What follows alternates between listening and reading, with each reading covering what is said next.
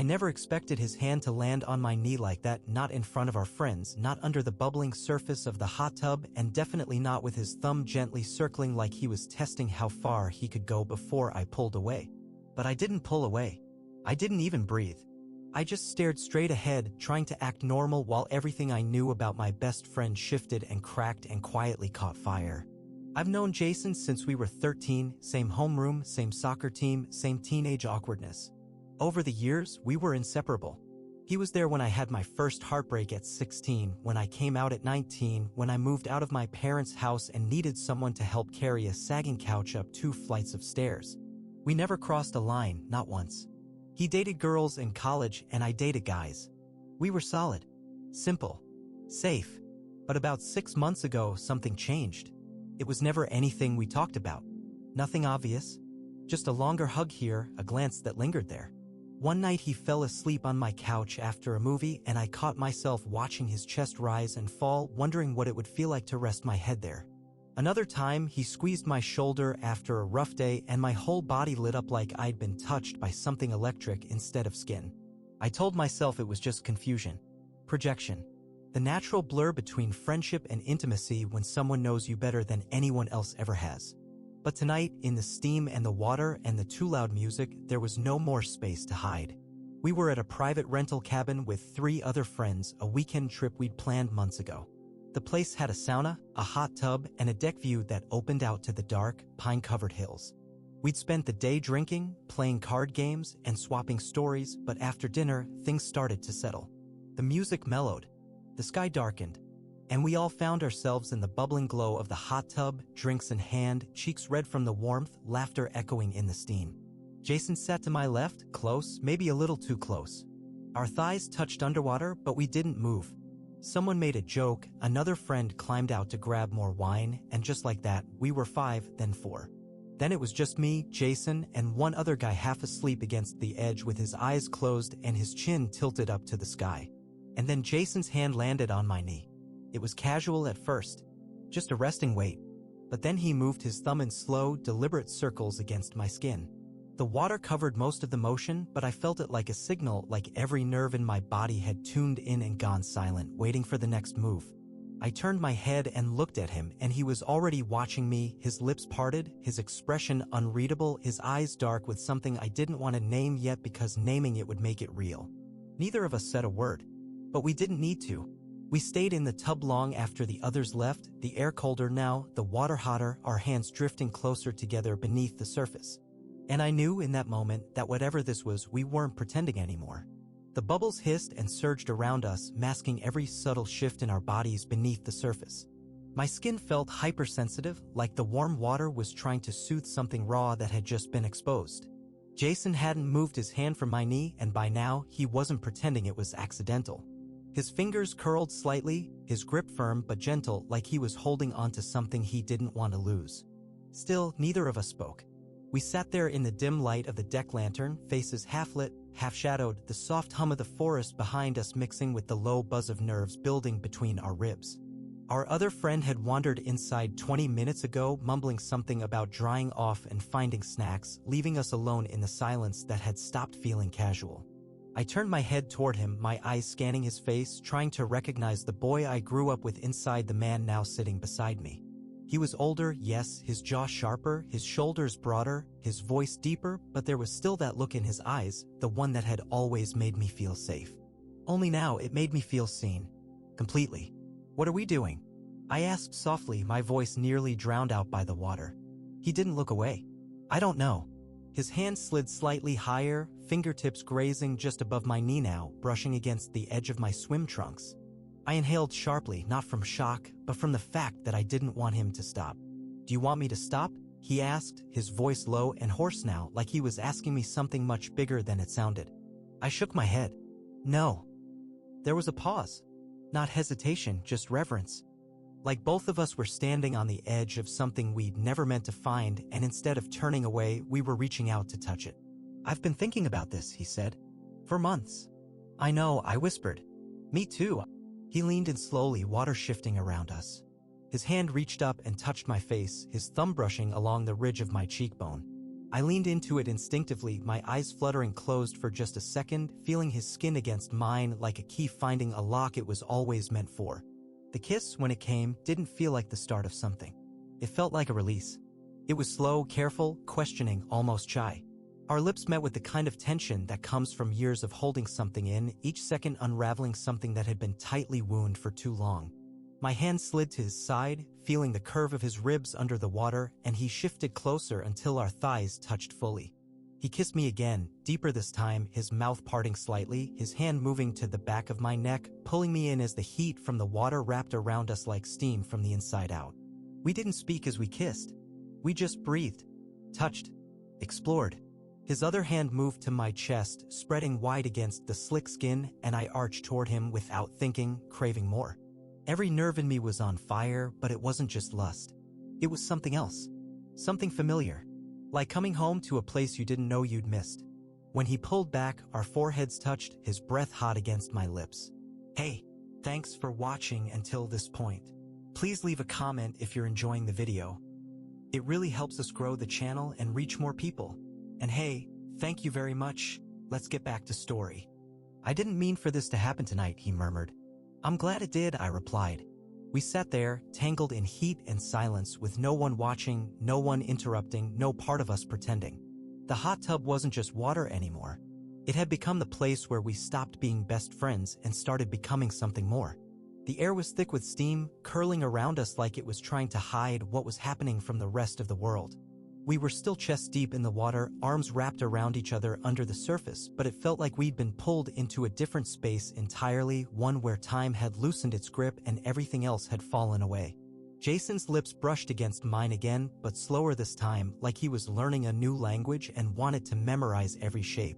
He pulled me closer, his hands firm around my waist beneath the water, fingers pressing into my skin with a kind of need that had clearly been waiting far too long to speak. I can't believe this is real, he whispered against my mouth. I've wanted this for so long. Then stop thinking, I murmured. Just feel it.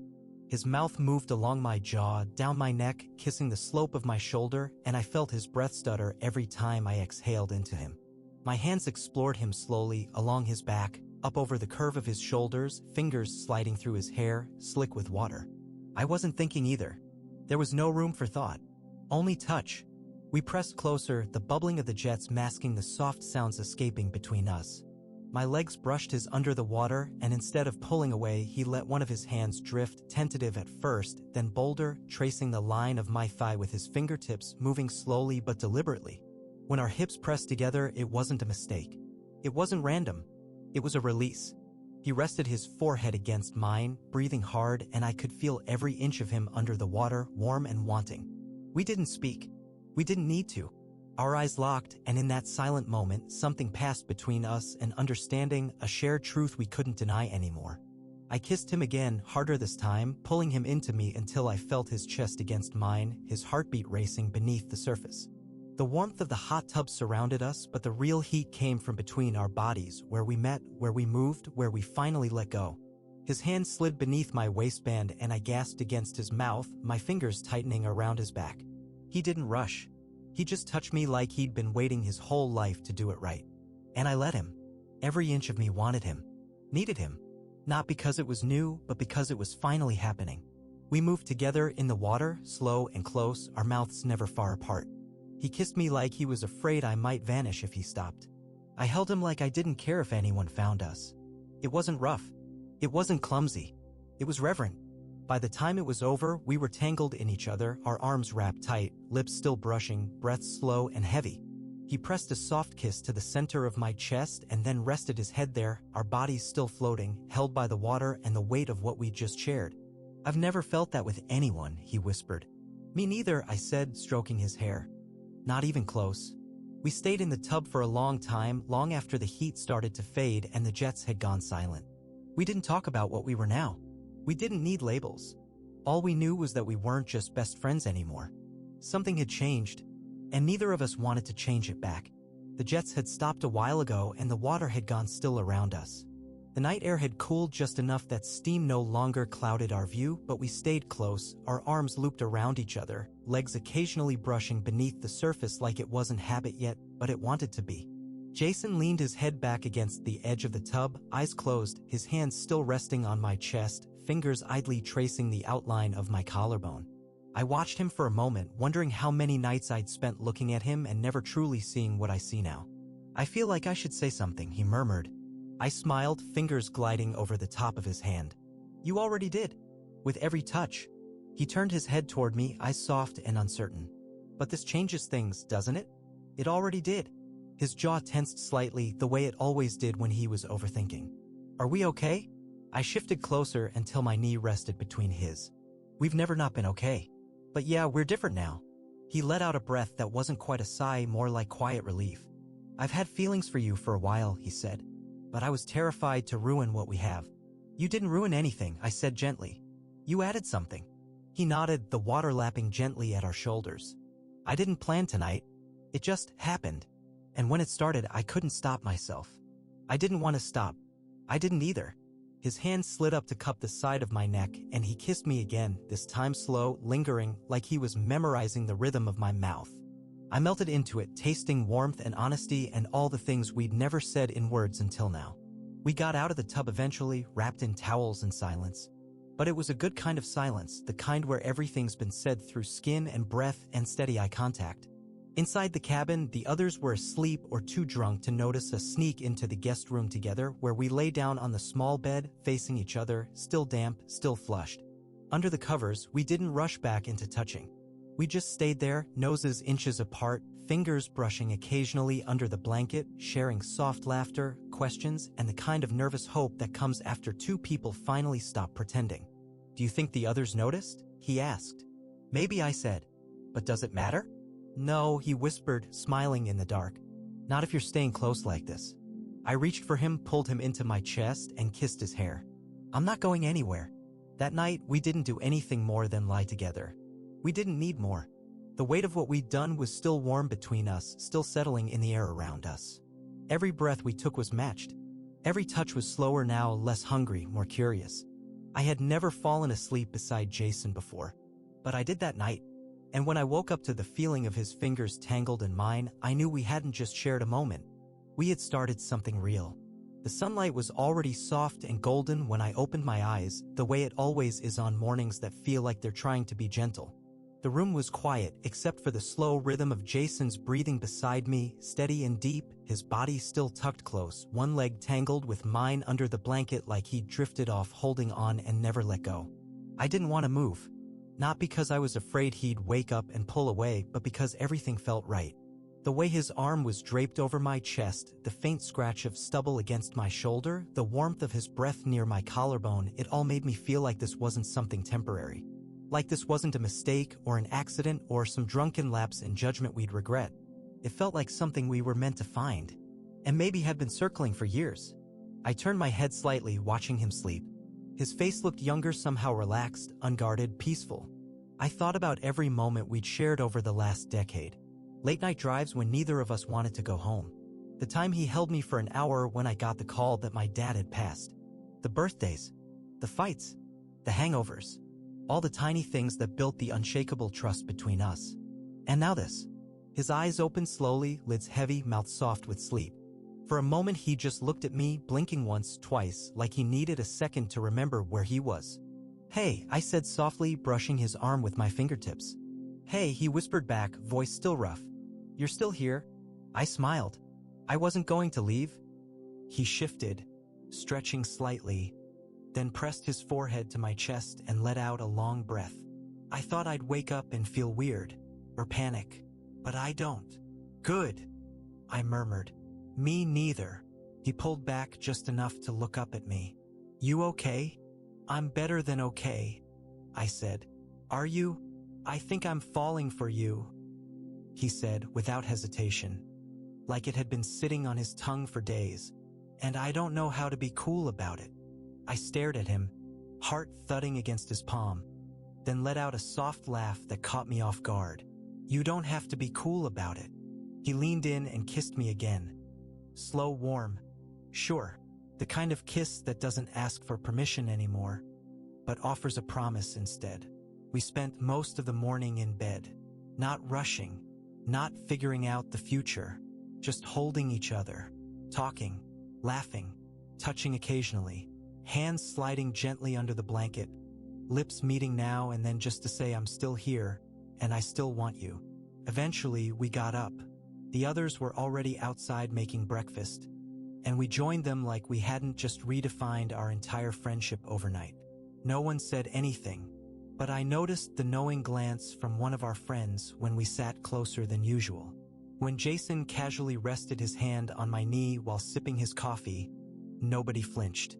It was quiet acceptance.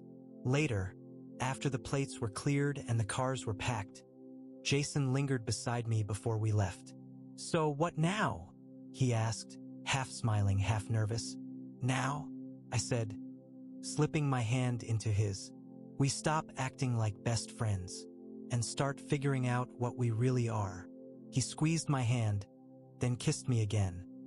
Right there in front of the car, in front of the pines, under a soft blue sky that felt like it had waited its whole life for this scene. 2 weeks later, we weren't pretending anymore. It wasn't just about the way we kissed when no one was looking. It was the ease between us, the closeness that had always been there now taking shape in new, quiet ways. We still joked like idiots, still called each other out, still finished each other's sentences.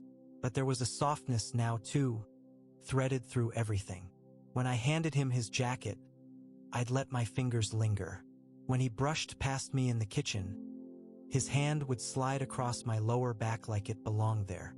And somehow it did. The night at the hot tub stopped feeling like a fluke or some spontaneous accident. It had become the hinge, the place where the old version of us cracked open and let something new crawl out, blinking, fragile, and real. One Saturday morning, we were driving out to a trail just outside of town. He liked hiking early. I liked coffee and silence before speaking. We met somewhere in the middle. Mugs in hand, music low, the road unspooling in front of us as the sun rose slow and golden. He glanced at me between songs and said, "I still think about the way you looked at me that night." I turned to him, confused for a second. "What do you mean?" "In the tub," he said, eyes on the road now. "Before I touched you, you looked at me like you knew." I smiled, heart doing that slow, familiar stutter. "I did. I think I knew too," he added, quieter now. "I just didn't want to ruin everything." "You didn't ruin anything," I said, reaching across the console to grab his hand. "You just made it honest." We hiked for a few hours. Nothing fancy, just sun through the trees and the sound of our boots crunching on gravel. But he kept brushing his arm against mine. Not by accident. And every time he did, I leaned in a little more. When we reached the top and sat down, sweating, out of breath, looking over the hills and the trees and the distant shape of the city, he leaned his head on my shoulder and said, "I used to imagine moments like this with someone." "Yeah?" I asked, turning slightly. "Never thought it'd be you," he said. "But now I can't imagine it being anyone else." I didn't say anything right away, just slipped my fingers through his, kissed his cheek, and let the moment breathe.